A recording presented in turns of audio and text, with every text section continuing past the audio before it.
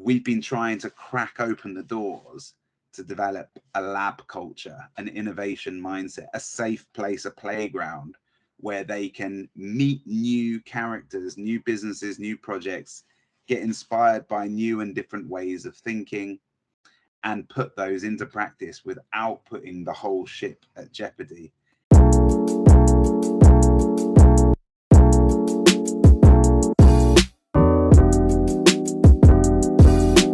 Well, at the heart of understanding our relationship with nature is understanding our relationship with biodiversity and with carbon. But to have any meaningful and long-term change, we've got to really get into the hearts and minds of both the leadership teams and the people that work in our businesses. And after 10 years of working in startups, charity, technology, and online advertising, I took a year off and lived in the woods, which is where I connected with nature. And so at the heart of doing carbon accounting, taking accountability and responsibility for the impact we have and relationship we have with nature, we also have to find ways to connect with nature in new ways. Because if we don't connect with something, we don't know it. If we don't know it, we don't care about it. And otherwise it will just be a box ticking exercise. And that is not the kind of passion that engages and motivates employees and customers. And so that's really at the heart of the work I do, is to try and take people off grid, out of the box, out of the place they normally do the day to day, and get them inspired and motivated to see the world in a whole new way.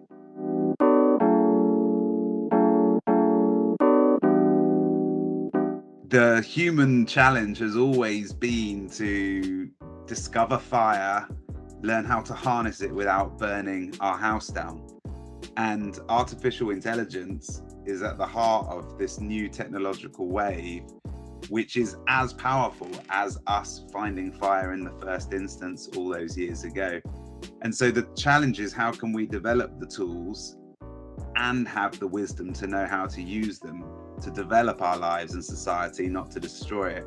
And so with every new tool comes an opportunity and a threat. And we see this in the social dilemma around social media. We're seeing a brand new opportunity now with ChatGPT. And as I've said, it's about being on grid and off grid, using technology and tools, figuring out how to harness them most effectively, and then stepping away from them to be able to get the wide angle lens to look in on them and think about how can we use them to support the behaviors that we care most about in our businesses and in society. And so it's about going in and coming out that helps us to develop that wisdom to make sure that we are using these technologies fundamentally to connect us to nature, not to separate us from it, to regenerate it, not to extract from it, because it won't work even in the medium term, let alone the long term.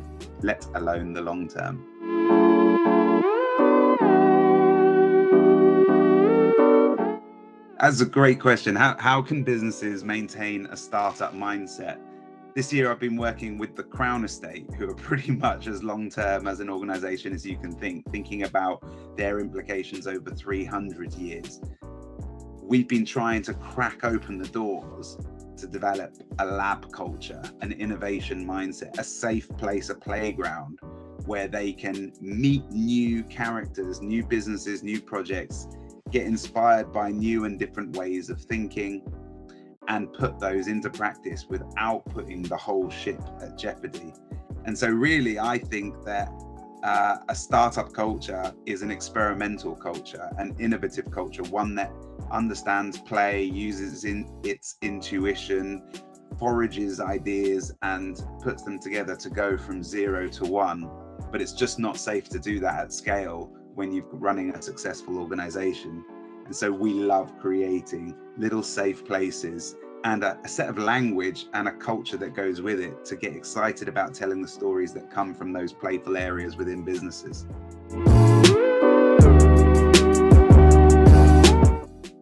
With every compounding advancement in web technology specifically, the world is moving faster and faster. And so we have to adapt and cultivate a better learning, creativity and reflective process in order to keep up with the adapting changes that we need to be able to integrate and bring into the culture of our businesses.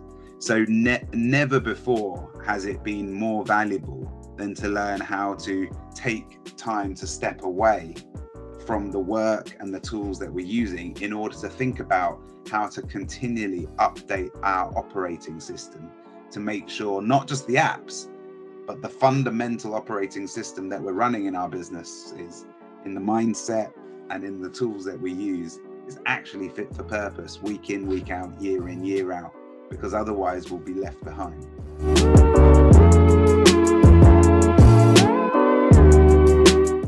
With the great reset of lockdown, we all accelerated into a remote working culture, which for many was amazing, for others was lonely. But what we all agree on is that we lost something of the quality of being present in the room together. But I don't think we want to go back fully to the way things were either. So the way I see the future of work is hybrid. It's embracing both the hyperlocal and the global, the presence and the distance, the machine and biology, learning how to craft better questions, not necessarily needing to know the answers. I've never seen a time before where the art of crafting a powerful and specifically accurate question is more useful. Everything I've ever done has been a personal journey of creativity, learning, reflecting, and then going again and producing something new.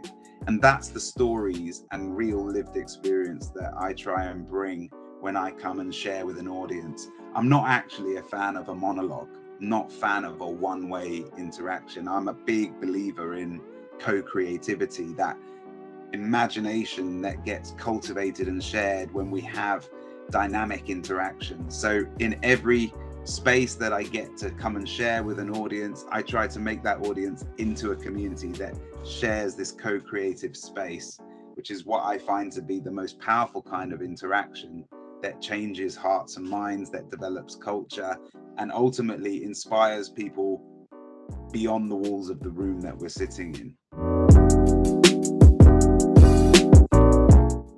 Every time I have the privilege of sharing my story and what I've been up to with an audience, my hope is that we'll use the first part of the session as inspiration, a chance to lead by going first, by being vulnerable, by being honest about the successes and failures.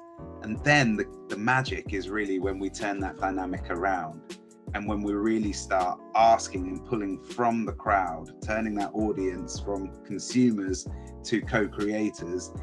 That is where the long-term benefits come from, where the cultural shift actually begins to happen, where it's using my stories to find the stories inside the businesses that we're speaking to in order that those seeds might grow and germinate in the culture of the business long after the speech finishes.